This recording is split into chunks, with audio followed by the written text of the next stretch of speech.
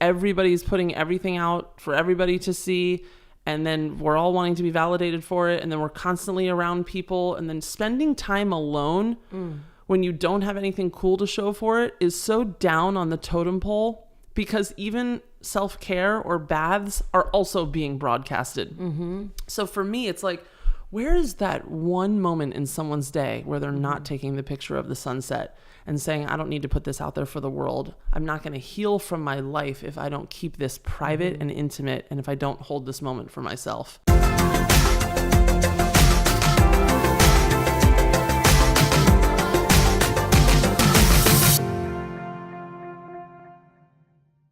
Hello, hello. Thank you so much for joining us for the Get Loved Up podcast. Today I'm here with Annie Tevelin, and we are going to dive into relationships. Annie is the owner of a beauty skincare company called SkinOwl, and I love the geranium drops. I have them on. I've been wearing them every day. I might need a new bottle. And she also has her own podcast, which is how I really start to dive deep with her, which is why she is here to talk about the relationships, because we almost got off the record talking about relationships. And she also has this thing called the Parliament Dinner, which she's going to tell us a lot about. So welcome, Annie. Thank you so much for having me. I love you, and I love being here. Oh, I love you. And you are so captivating, and you are such a conversationalist, and we could have talked for an entire day and I would have never gotten tired of it. Agreed. Right? And so I just want to start by, just kind of setting people up, because you kind of set me up when I walked in. I don't know how we started talking about relationships, because you have your skincare company, you have your podcast, and I'm sure everyone wants to talk about that, right? But when you started to talk about relationships, your whole process, I just enjoyed listening to it. And I know it hasn't always been like that, correct? Correct. So can you tell us just a little bit about, before you became okay, I get what's happening, how are you when it comes to relationships? Oh my God. I mean, how much time do you have? Well, okay, I'll start from where we are today. I was married in August of this year. It was my second marriage to my husband, Micah. So we're a little bit after. I think we're approaching the 6-month mark at this point. And I tell people I'm creepily obsessed with him, because we're so compatible and we're just literally best friends. And he checks a lot of the boxes that I want in a human being. And I think prior to Micah, my list, so to speak, was a little bit more, it came from a place of, I don't feel like a whole person. And so I'm out there looking for someone to complete me in a way. So I was, I moved to LA when I was 23 years old from the East Coast, grew up in DC, lived there my whole life, dated pretty just normal, good guys who came from good families. It was never a high school sweetheart and we're definitely going to get married. Marriage was never really on my radar as a child. It was let's go out, let's work, let's change the world, let's leave a mark, and love will find me. But all the while I dated. And so life in LA at 23 was musicians and artists and alcoholics. And so you dated everyone. You didn't have any specific list or box at that time. No, my list was tall, funny, and if you had a problem and needed it to be fixed, then I got my worth from that. So my first boyfriend was 10 years older than me. He never really called me his girlfriend. We were just talking. You know what I mean? It was all of these. That one. Yes. Just very low expectations for myself. And I think I had such great friends and a level mind when it came to my career, and such a great family, that love was this area that I always just kind of played with fire. And I explored, and I never really thought that I was on a timeline for marriage. So I could afford to date all of these people and have these incredible experiences. I mean, one guy was a piano player. One guy was from Israel and wanted to ask to marry me. And then I found out that he wanted a green card. Oh God. I mean, the LA stories. So what was the worst? What was the worst person you dated? We're going to talk about the worst. And then of course I want to know the best. What was I guess the best would be now, but what was the worst guy you dated? I mean, oh God, they were all... The thing is all of these guys were nice people. Otherwise I wouldn't have dated them. Right. I never dated the guy who was verbally abusive or physically abusive, but I dated the guy who drank incessantly, that I had to like pick up at 3 a.m., that I had to pay for. I mean, it was always like overcompensation on my end. Like I would pay people's rent, I would help them, help them get a job, and all the while not really focusing on my issues. Right. So, I mean, I dated a guy for 3 years that was like, had a huge drinking problem, and I was obsessed with him. I met him at a bar. I mean, I should have known from the get-go then. It was like... I mean, you can meet some good guys at the bar, right? Yes. You know, it was not... Meeting at the bar doesn't mean you have to be an alcoholic. No, he was just like heavily inebriated when I met him, and then it never really stopped. Oh. And it was just like a good guy, but 50% of the time he was sober and like amazing, and that's why I stayed. And then the other 50% of the time he was like trying to jump out of my car on Fairfax Avenue because he had had too much to drink and literally turned into a different human. Wow. And I had never been exposed to that. Right. I had never been exposed to that darkness. I wasn't raised, you know, with a family that heavily drank or had drug addiction or something like that. So I remember when I got into therapy at the end of that relationship, my therapist was like, you know, these people have, you're so sheltered in a certain way, and these people have made you a more well-rounded person. And that like blew my mind. I was like, oh my God, yeah, these people, I'm now more relatable, because if some other woman was like, I dated someone with a drinking problem, I would be able to talk to them about that. Mm-hmm. And what do you feel about that? Because I feel like that's one of the things that I also see as well as in relationships. So can you speak a little bit to that, as what relationships, how do you feel like relationships are, and what are they? How do you view them? Yeah, I think like nowadays or back then?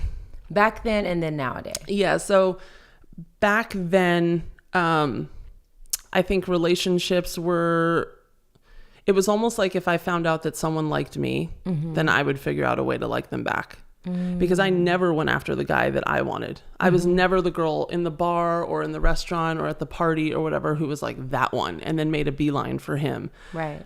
I got intel from friends or whoever, oh, this person like has a crush on you. And then I would get a sense of worth from that. And then I would find things redeeming about them, and then I would date them. So I was never really in the driver's seat. And when I would make these like highly inappropriate decisions to date the super fun, super hot, super sexy drinker. Yeah. Or the one that everybody, you know, the musician. I dated a musician once who was a piano player, and everybody fawned after him, and I felt special because he was fawning after me. And so again, it was like so ego-based and not soul-based. And now it's like my relationship with my husband isn't loud in those ways. Right. It's not like super, it's so exciting because it's so healthy.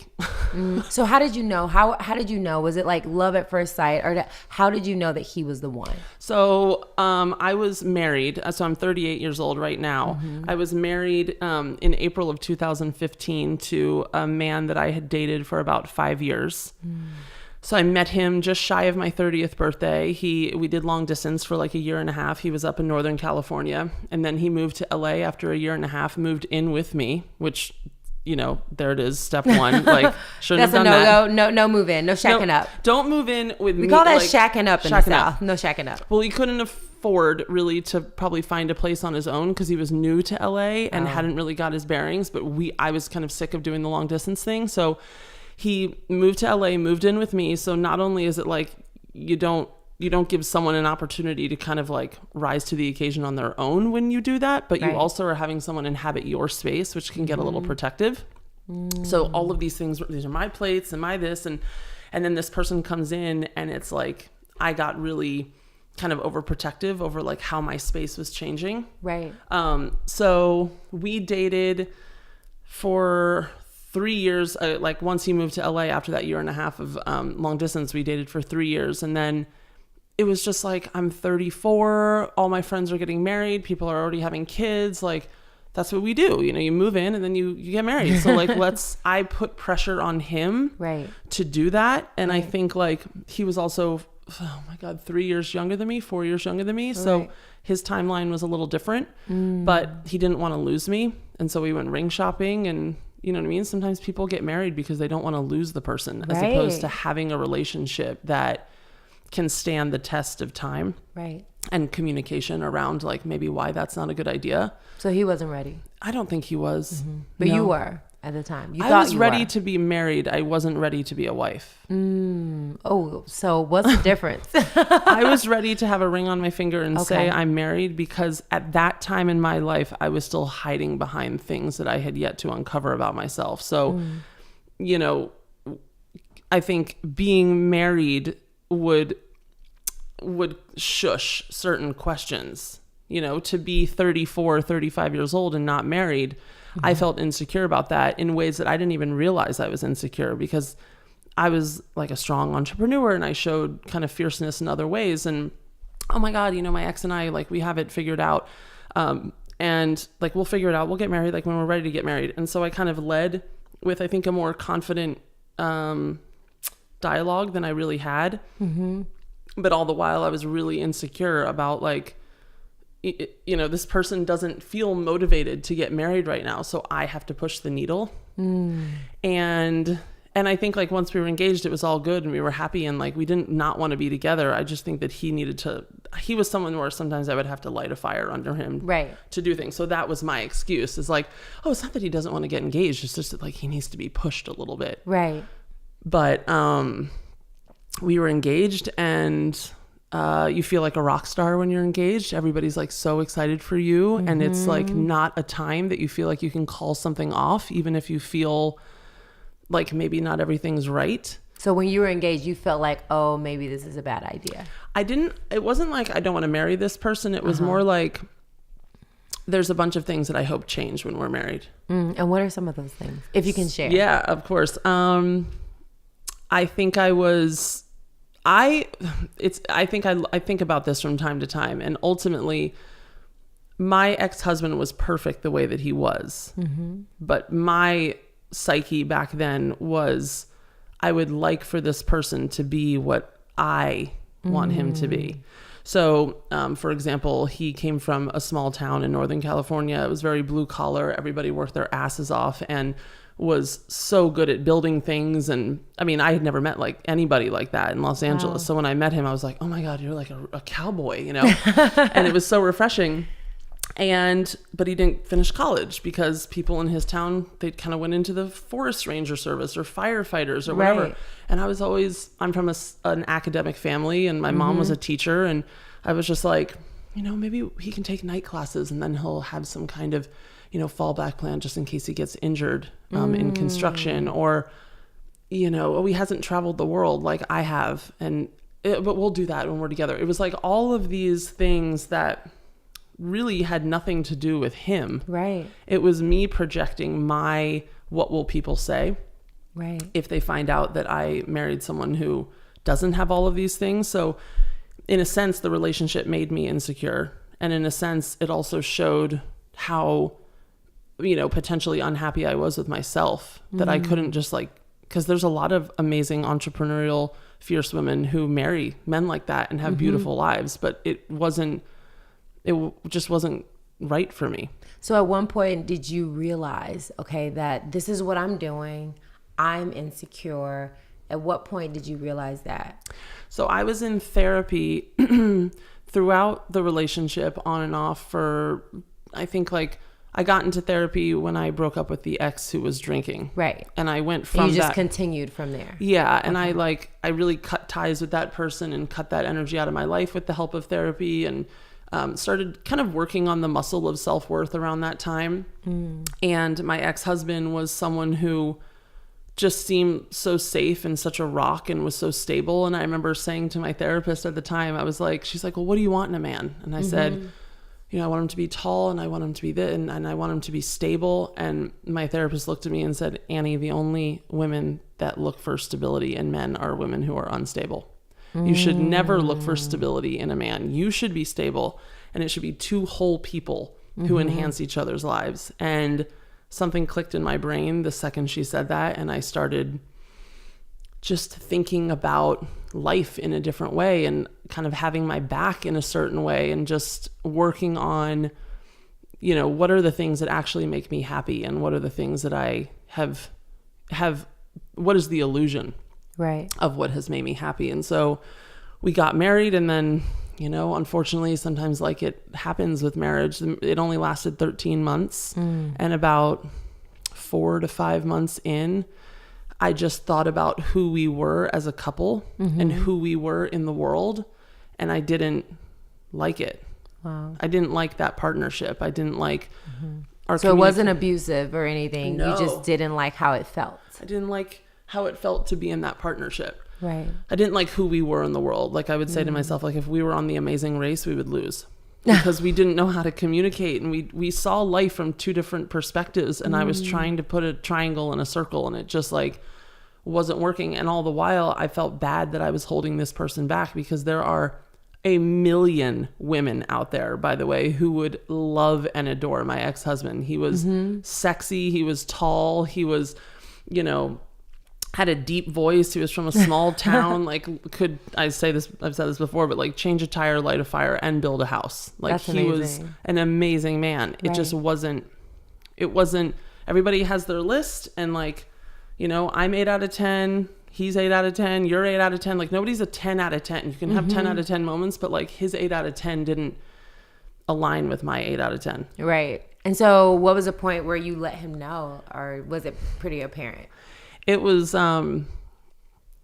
hard, I think, at home for me, in silent ways and in loud ways.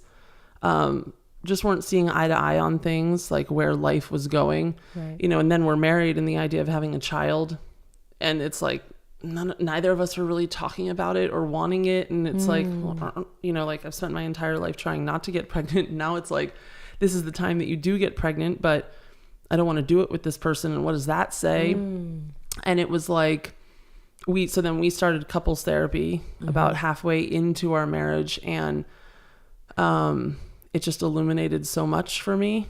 Right. I think in that process where I was like, I understand, like, you take a vow and it means forever, but not at the expense of your happiness. And sometimes people make mistakes, and sometimes people evolve. And what are you supposed to do? Just stay married because you made a vow, even though it could sign you up for a life of hell, and the other person doesn't actually ever get to feel the amount of love that they deserve.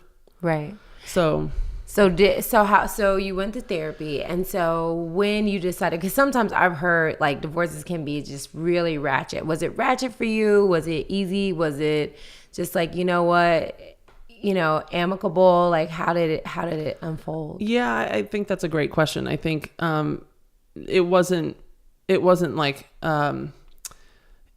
it was not like a huge screaming fight, like it but I will say that we were on two different pages. Like, I was ready to move on, and I think he was still in a place of like, I don't understand how we got here. Right. And got here meaning getting a divorce, or getting married in the first place?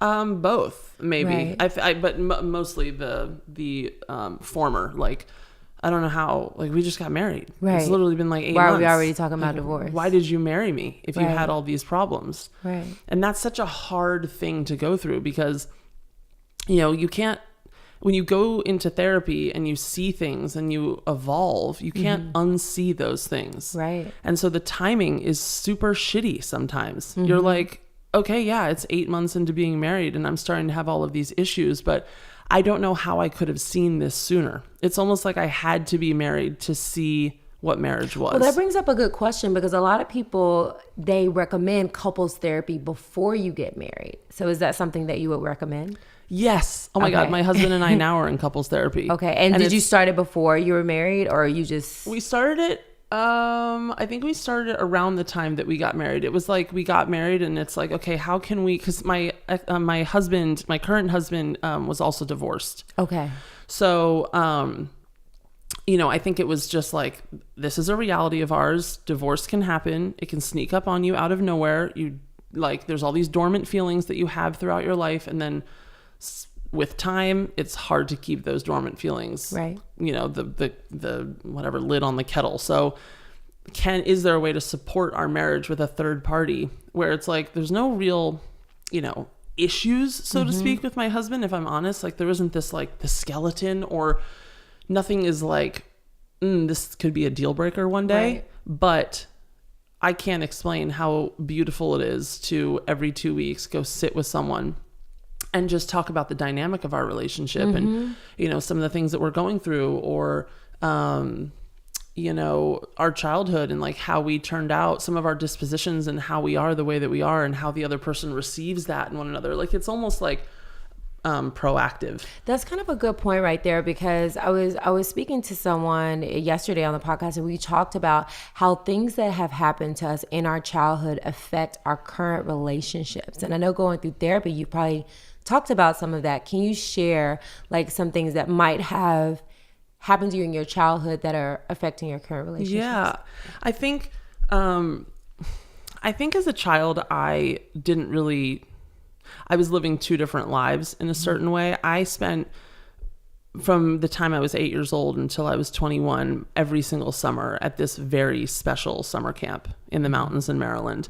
And I met, like, to this day, my best friends. And it, for your parents to send you somewhere overnight at 8 years old, your social skills have to develop very quick. So whereas most 8-year-olds might have just been like hanging out at home or doing the swim team thing with their parents, or just hanging out in their parents' home, I was shipped off to, willingly, by the way, shipped off to this summer camp in Maryland, and had to share and had to, do chores in our bunk and had activities. And like right off the bat, it was very apparent to me that it was like, you're meeting people here that you wouldn't have chosen maybe in a social school setting, but you're going to have to be sweet and kind and accepting of them, regardless. Like, my counselor when I was 8 years old was a lesbian.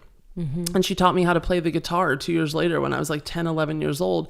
And it wasn't even a question in my mind that it was like, oh, that person's weird or different because they're gay. I'm at like an all girls camp. It's so safe. And like, we all hold hands and we're all so close. And there was a real sisterhood there so my point in saying that is I spent half of my life at this really accepting place where I was a leader and away from my family and had a voice of my own. And then I went back into my home and didn't really have that in high school, and didn't really have that in middle school. I always felt like I was always swimming. I was a very competitive swimmer growing up. So I was always in the pool, always missing out on things. They didn't laugh at the same things my camp friends laughed at. I felt like I didn't look the same way. I was tall and, curvier, and everybody in high school was like a swizzle stick. And it was just like, I just felt displaced. Right. And I think like in my home, I also felt like I had an older brother who was, and I love him dearly. And whenever I say this, I need to make a disclaimer that it wasn't my brother's fault. And there was no animosity. But when you have a sibling and you witness someone who's so strong and funny and,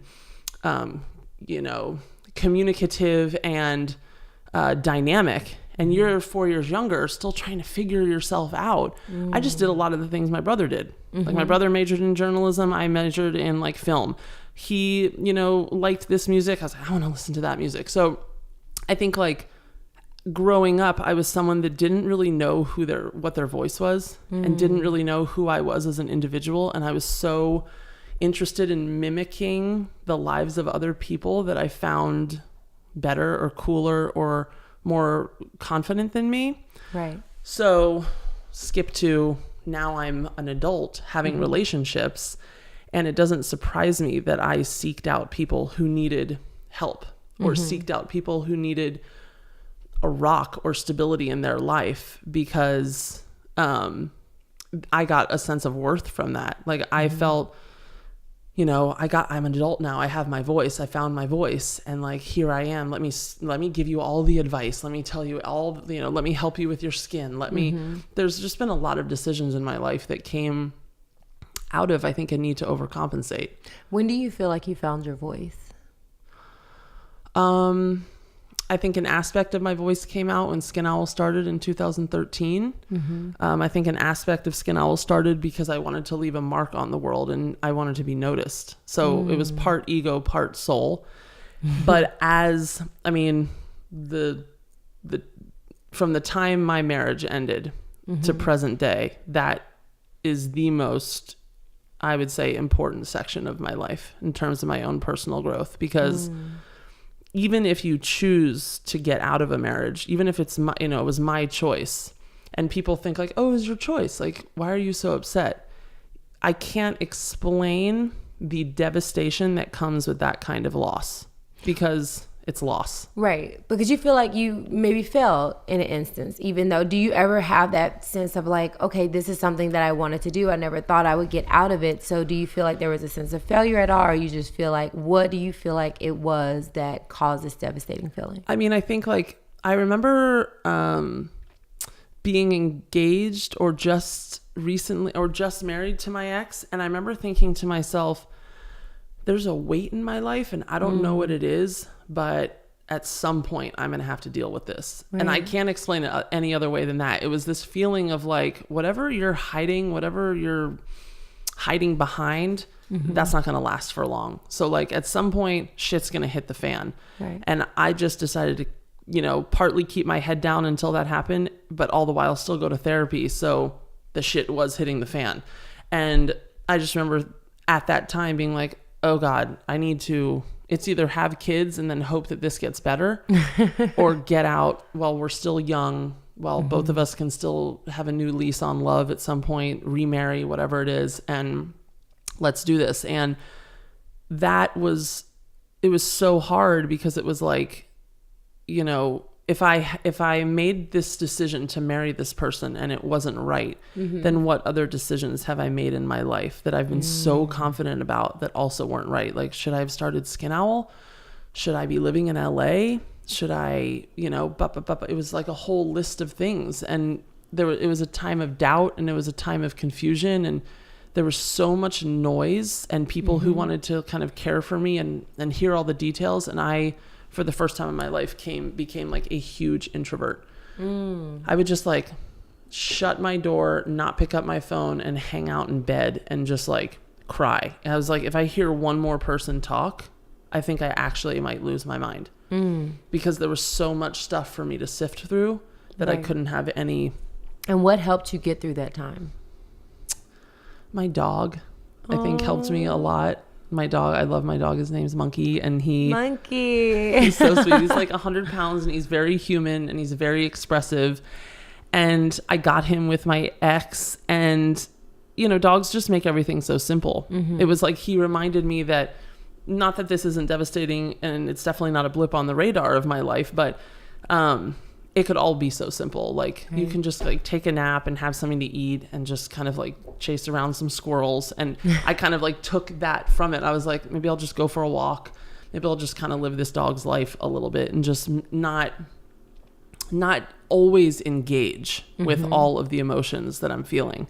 It's fine if I feel them and they can be there, but is it possible to also have a little faith in myself that I only would have made this decision if it was the best decision for my ex and for myself? Right. And like, with this little bit of pain, could there be something so much better on the other end of it? And there was. And how long did that period last? My ex moved out of my home October 1st of 2016. And I started to like feel like myself a little bit in like February. I mean, the holidays were complete disaster. I mean, like going home for Thanksgiving, and it was right after the election with our president. My goodness. That had its own set of ramifications. At least that took some of the energy off of you, right? Yeah, but my family works in politics, and my brother and sister-in-law worked on the campaigns to not make that happen. And so like everybody over Thanksgiving was like down on life. And like, I mean, it was awful. It was just such a bad time. But you know, all the while, like, I made this decision. I knew I was going to have to go through this pain, but I have to say, all the while there was a glimmer, and I don't know what percentage it was, but there was a little glimmer that was like, this too shall pass. You did the right decision. There is no turning back. I don't care how sad you are. You will not go back into that relationship. It isn't right for you. You have been a little sheltered, and this is your opportunity to like be in the well and feel all the feelings, and this will make you a better person in the end. And what do you mean by sheltered? Like, how do you feel like you were sheltered? I just don't think that I have experienced a great loss like that. I mean, I have a predominantly small family. You know, my mom had one sister. My dad was an only child. And my mom's sister had one child, and and I think by the time I was like really engaging with my family, a lot of my grandparents, siblings, and so on had passed. So there wasn't like a lot of death in my family. My grandparents were still alive. Like everybody was notably healthy. Right. And I had never lost a friend in like a tragic accident. I mean, I had really missed the boat on watching someone leave my life that you love dearly. And that's what's so crazy about divorce sometimes, is that it's not because this person was cheating on you or had a separate life with kids in another state or was abusive. Right. I mean, sometimes divorce just happens because it could be gnarly. Yeah. You just evolve. Right. And the best decision is to give yourself an opportunity to evolve out of that relationship and see where your life can go. Right. So fast forward to February, you're kind of out of the gray. Yep. Through Monkey. Yes. And were you still going to counseling at the time? So yeah. So that's something you would highly recommend. Yes. Like the couples therapy had ended when it was kind of obviously when my ex had moved out. It was like, okay, there's no real need for the couples therapy anymore. But I stuck with my therapy. I was going to therapy like 2 to 3 times a week. And so I stayed with my therapist, and she coached me through that grieving period and the loss. And I mean, wasn't really ready to date, so to speak, but I was ready to have a companion that I could talk to. And that was where my current husband came in. Is I had never met anybody who had been divorced, my age, there was like none of my friends had been through anything like that. And I'm at a bar and I meet this person, and I was like, you don't want to bark up this tree. I'm going through something really crazy right now. And my ex and and he's like, can I ask, is it like an ex-boyfriend or an ex-husband?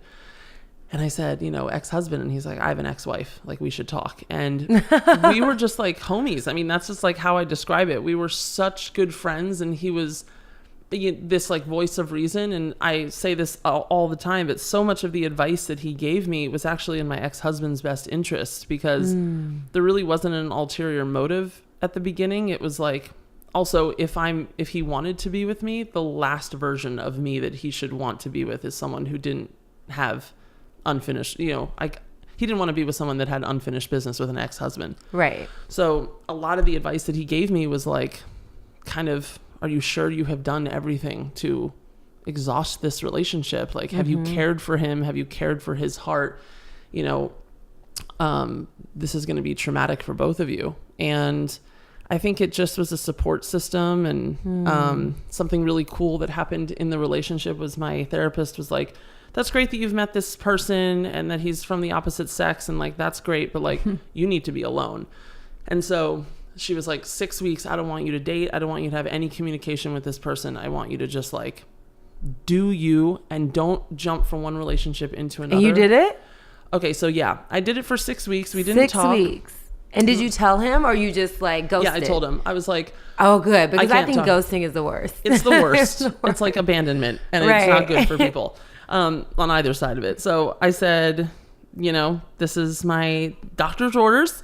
We're not going to be talking for 6 weeks. I need to like focus on myself and see, what do I even want in a partner? Do I even believe in monogamy? Do I believe in marriage again? Like, what does love and relationships look like for me? Right. And he texted me back and said, tomorrow, in the morning, like when you walk your dog, behind this tree, there will be a journal. And every morning there will be an entry there just telling you about like my day, or just giving you like some advice, or just giving you like kind of a mantra, or just like words to live, to kind of keep you strong.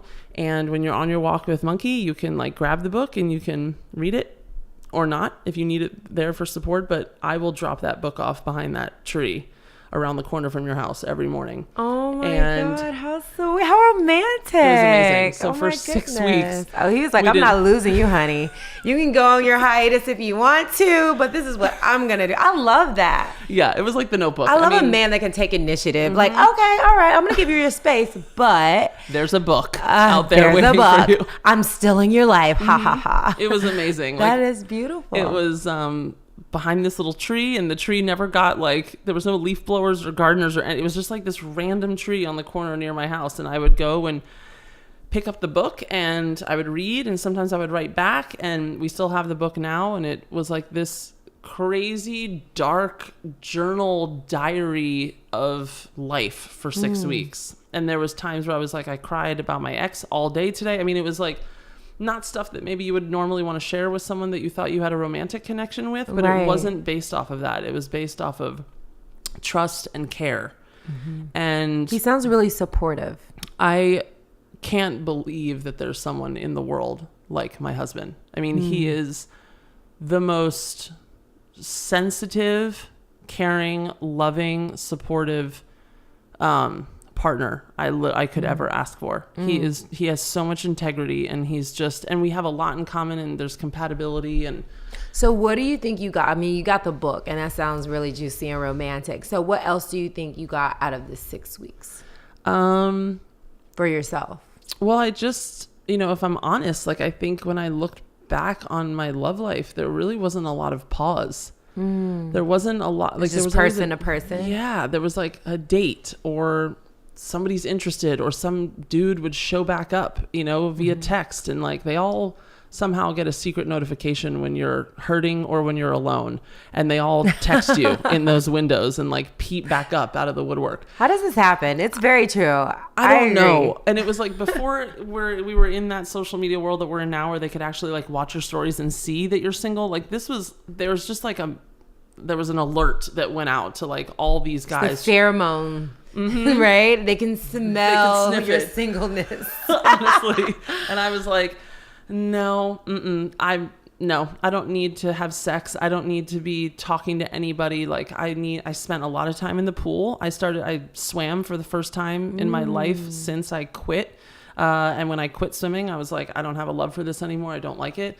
I'm done. And so I started swimming, which was the most therapeutic thing I could have done, because it reminded me of my life before there was all of these complications. Wow. So it just made me feel like a kid again. And I swam like literally every day. I lost like 15 pounds of heavy dead weight that I was holding on to because of my relationship. And I love swimming. Water is therapy. I feel like water is so healing. It's crazy.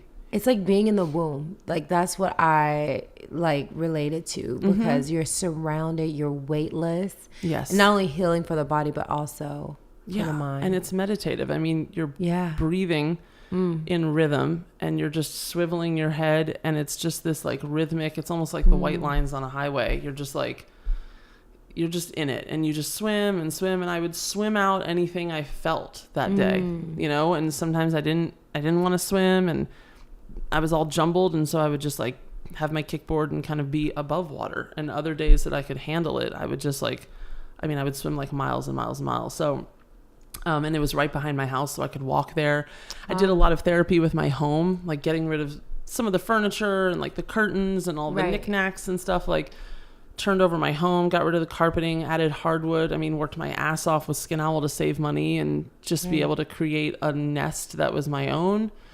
Reconnected with old friends. Like I don't know. I didn't like read, or I can't. And I know it's like people say this a lot, but I started meditating for the first time in my life because of all the noise. I needed someone to rent space in my brain, because it was so overwhelming that I had gotten divorced in such a short time, that all these people had all these questions about how does that happen after 13 months? My family, it took some time for them to really understand it. And so, you don't it's not just about you. You have to there's a timing and a care that comes with telling people that you're separating from someone that they have come to love. Right. So I felt a lot of pressure. It was like a time where I felt like it should be about me, but it was also about strategy and how how I let go of someone and how I prepare people for that road. Right. So I just felt a lot of stress, and I think a lot of the things that I did in those 6 weeks were all self-care based. I mean, period, end of story. It was like, if it's not replenishing, I'm not doing it. That's so important. And now, do you feel like, okay, so after the 6 weeks, then what happened?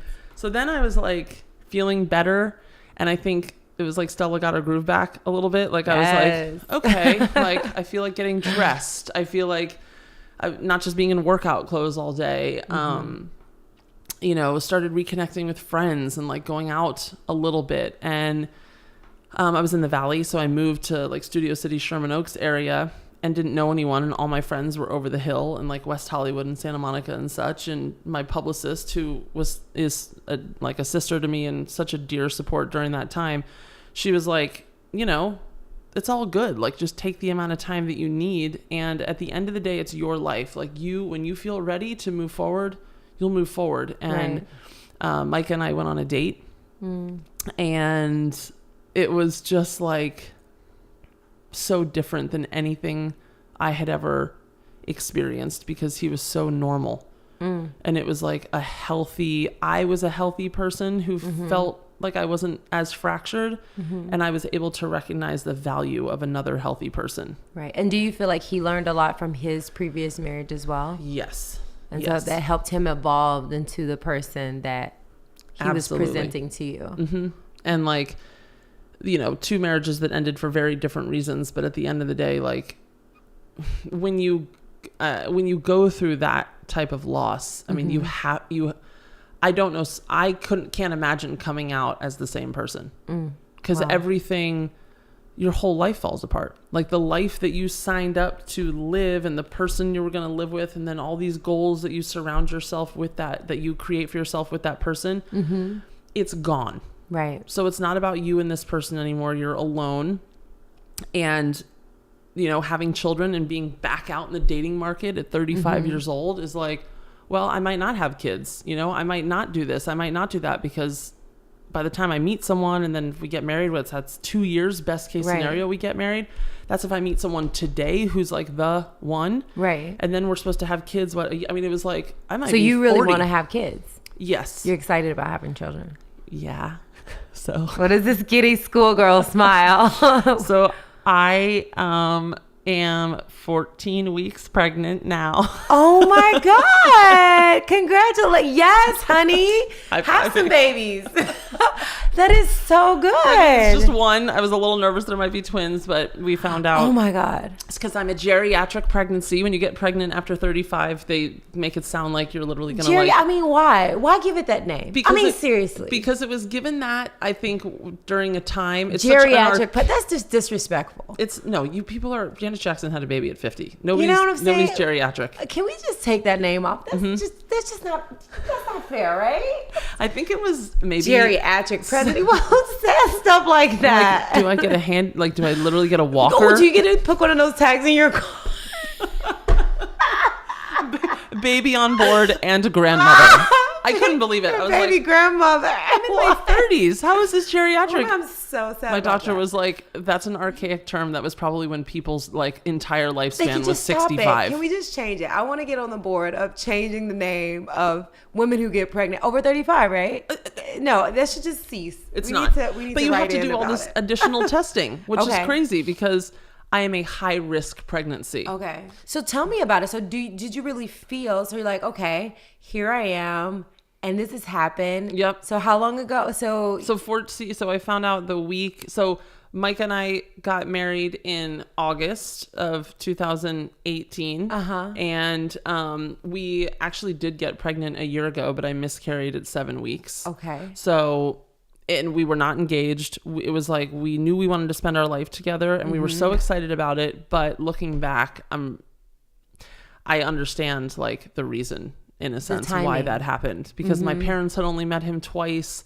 You know, we were so into each other, and we knew what it was, but everybody else hadn't caught up yet. Right. And so yeah, at like 7 weeks, we went back for our 8-week appointment. There was no heartbeat. And so again, it was like well-roundedness, like this, I came away from that. Women don't really like to talk about miscarriage, but I don't mind talking about it, because it's not my fault.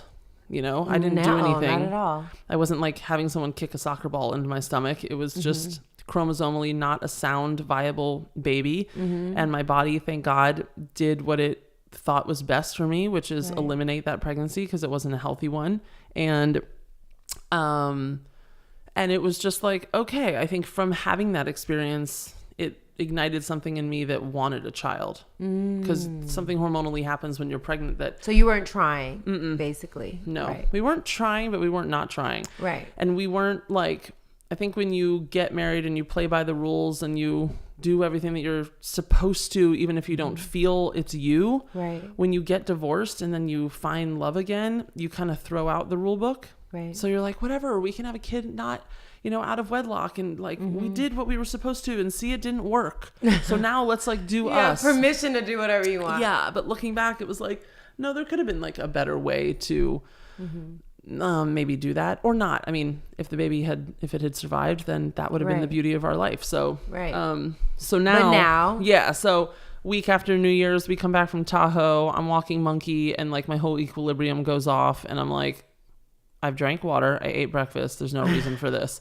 And the only other time... I did all the thing. I checked all the morning routine boxes. This is not a blood sugar thing. Like, what's going on? And the only time I had felt that kind of weird shift, like it was almost like a little mini earthquake, was when I was pregnant the year before. Wow. So took a pregnancy test. I was like 3 days before my period. First response, obviously, you can see 6 days up to your missed period. And it said yes. And we like freaked out, but I was also so scared because I was like, what if I'm just like the miscarriage girl now? Oh no. And we went in at 4 weeks, and there was a yolk sac. We went in at 6 weeks. There was a heartbeat. And then we went in at 8 weeks. The heartbeat was like, this child was like, gung, gung, gung, gung. It was fast and furious.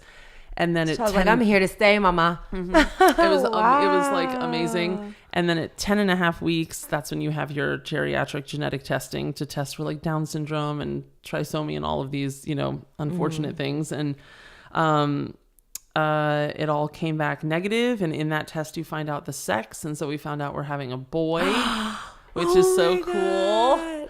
So you wanted a boy first? Kind of? Yeah. I mean, I think we just wanted a healthy kid, but I think I've always been a little bit like, I like the idea of being like the matriarch and having like my boy dog and my boy husband and my boy son, and like just having like a house full of dudes. Oh my gosh. Yes. Wow. Well, so it's congratulations. Crazy. That's amazing. Maybe some people are going to hear it first here. I'm excited. I know. I hope so. I mean, it's such I hope that anybody listening to this, like, and I know you never want to hear it from the person who's pregnant, but I never thought that I would be 35 and married for the first time. And I never thought I would be divorced too. Right. And so with that, it's like I do believe that life works out the way it's supposed to, even when we were ready for it to happen years ago. Right. And as a 30 something, I have a lot of single friends who are looking in LA, and it's, it's a hard time to find connection with how, there's kind of like this loss of empathy, and everybody thinks that they know everything, and they know social media has made us a little bit more judgmental than I think we used to be, and less tolerant in a certain way. Right. And it's hard to feel like you're enough when there's all of these people on social media and all of these people on dating apps who are just tens. And it's hard for just a wonderful woman or man to feel like they can find love. And I think, if you're patient, you really show exactly who you are to someone. Right. You'll be loved for it. That's beautiful. So you have a successful business, successful entrepreneur, you have your husband, the baby on the way. What is your advice? Like, what advice would you give some of your friends and anyone listening to, because you've also been there, you've experienced loss, you've experienced divorce, you realize that it's not all unicorns and rainbows. So what advice, like what would be your top 3 tips you would give someone that is just like, I'm in my 30s too, and I want to get married, I want to have kids, but I just don't know. I mean, I think sometimes in life we are clouded by our delusions and our illusions. Like we're living in a world where we don't realize it, but we are so interested in what other people think about us. And that is being a human. I mean, validation is survival. Everybody wants to feel like they're part of a group and that they belong. But I think at a certain point, that FOMO thing where everybody feels like, that person's Instagram feed is so much more vibrant and alive, and they're traveling the world, and they're I need to do all of these things. And that just might not align with what they really want to do, which is stay in one place and just have a routine and like cook dinner for themselves and go to a yoga class once or twice a week, or don't go to the class. Like maybe it's not a time in your life where you feel like you can be active. Maybe you need to replenish yourself in other ways. Like you can't do everything at once. You can't travel and build a home at the same time. Right. You can't like be out there dating 4 times a week and then growing a business and going to work and be the best daughter and be an amazing aunt. Like, I think it's important for people to get really clear on what their priorities are that have nothing to do with other people. So if like,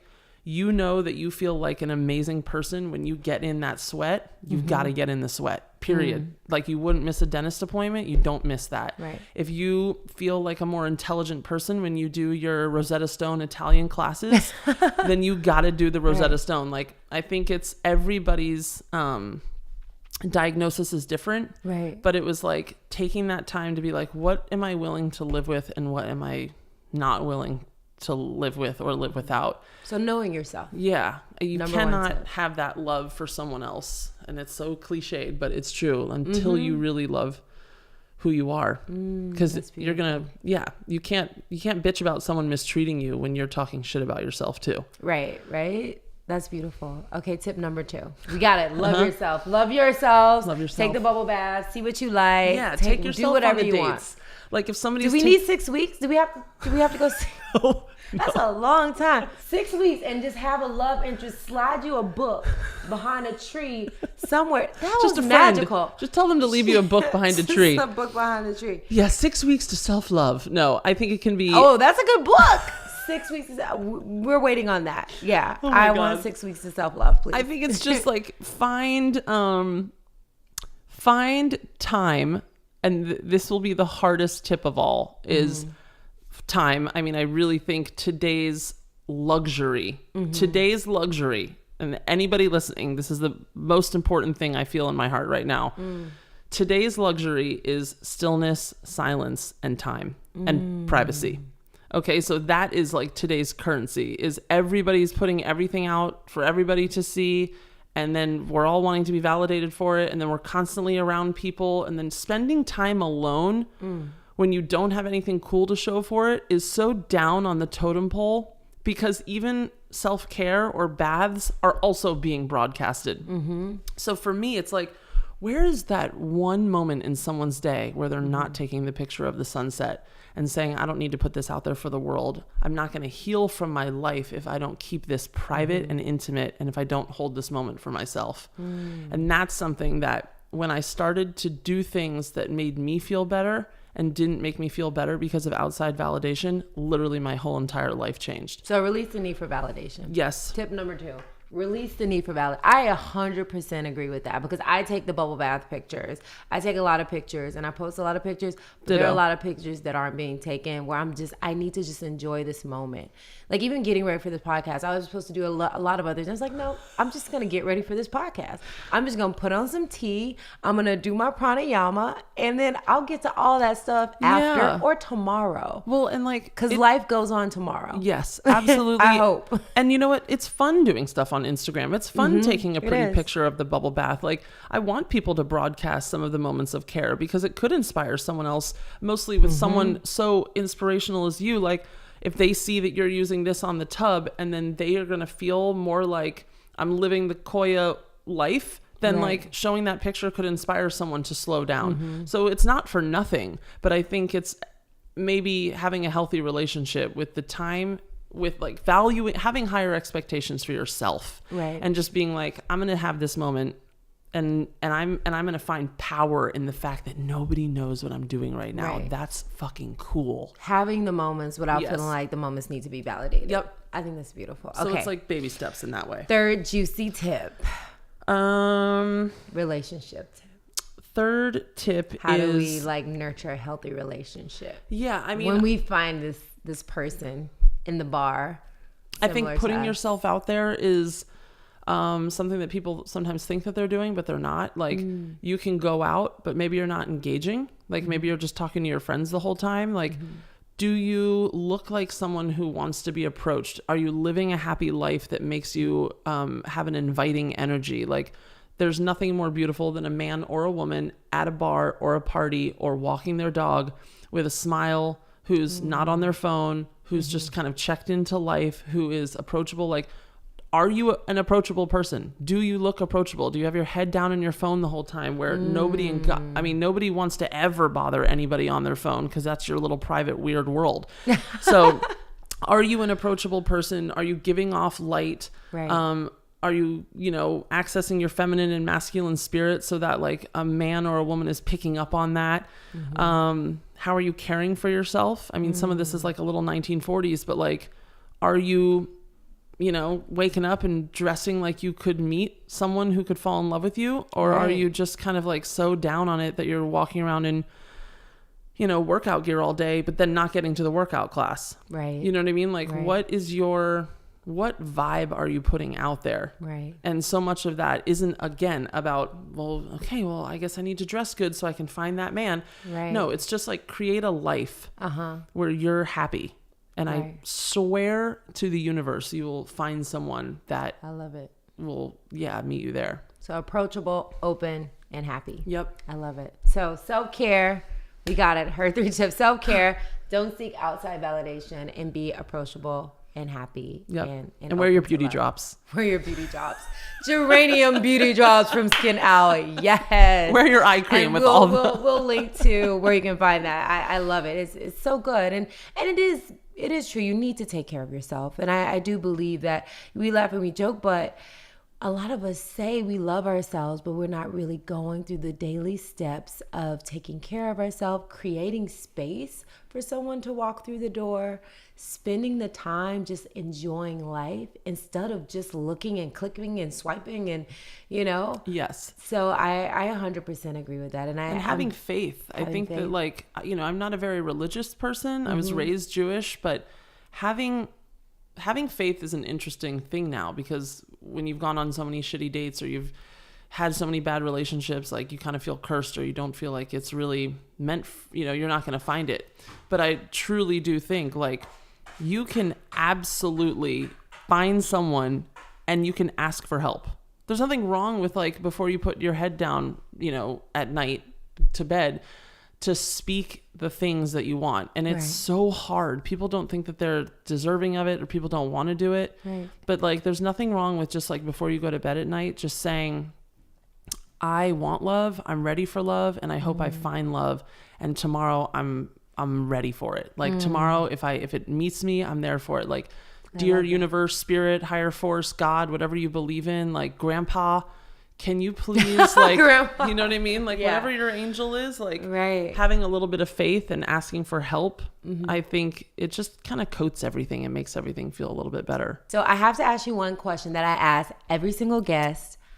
What are your top ways? Just give me your top 2 ways to get loved up. Oh, okay. One of my favorite things that makes me feel the best is not putting on all the makeup and doing the hair, but it's taking like an amazing bath, taking a shower, doing all the things in the shower. So all the products I have, if it's like an exfoliator, if there's a mud mask, like using it all, using the weird like sloth fur for my, I mean like just taking all the products that you buy and using it and getting out of the shower. And it's like a cleansing experience. You feel like you've kind of sloughed off the day and all the drama. And then not really getting dressed with any undergarments, but just putting on a robe. It is like wet hair, beauty drops, skincare on. Like, honestly, it's the time that I feel the sexiest. And I feel like I'm like loving myself because it's just like me in its purity. That sounds amazing. And then I think like it's really cool just to, with all the thoughts that you think throughout the day about all the things that you have to do or all the things that you feel like you should be, to just have one moment in a day just to say something nice to yourself. Positive self-talk. Yeah. It's so important. It doesn't have to be 5 minutes, doesn't need to be a meditation, but just like when you're at a stoplight, just maybe try and take a moment where you're out of your head and just say, amidst all of this and all the doubt and all the heartbreak and all the shitty dates, like, what is one thing that I am feeling about myself in a good way? And like, just throw it in there. Just find a moment just to get that in there, and it can change it's a good influence on yourself. That's so beautiful. Thank you so much for your amazing tip. Congratulations Thank on you. your pregnancy, your healthy, gorgeous pregnancy. And I'm so excited for you. So just tell our audience where they can find you, what you got going on. What do you got coming? So you can find SkinOwl, skinowl.com. That's all your skincare needs. You can listen Beauty to drops. Yes, oh my God, it is a game-changing skincare line. You can listen to my interview with Koya too on my podcast. It's called Off the Record. Just search on iTunes or Google, whatever you like listening to your podcast. It's just Off the Record, or you can search my name, Annie Tevelin. And if you ever want to come and self-care out with us, you can follow at the Parliament Project LA, which is our dinner collective. So it's at SkinOwl, at the Parliament Project LA, and at Off the Record with You is the podcast. And That's where we're going to be at. That's it. I love it. Thank you so much. I love you. Thank you. I am so grateful to have you on the show today, and I'm so happy for you. I cannot wait to celebrate with you and come to all your dinner parties. Yes. And you better be ready to be an aunt. I am ready to be an aunt. I'm buying all the outfits, and we're gonna have a lot of fun together. And I want to do yoga and meditation with your baby. Please. Yes. Yes. Until next time. Thank you so much, Annie. We're gonna do a little heart and send the people off. Until next time, get loved up. Bye. Bye.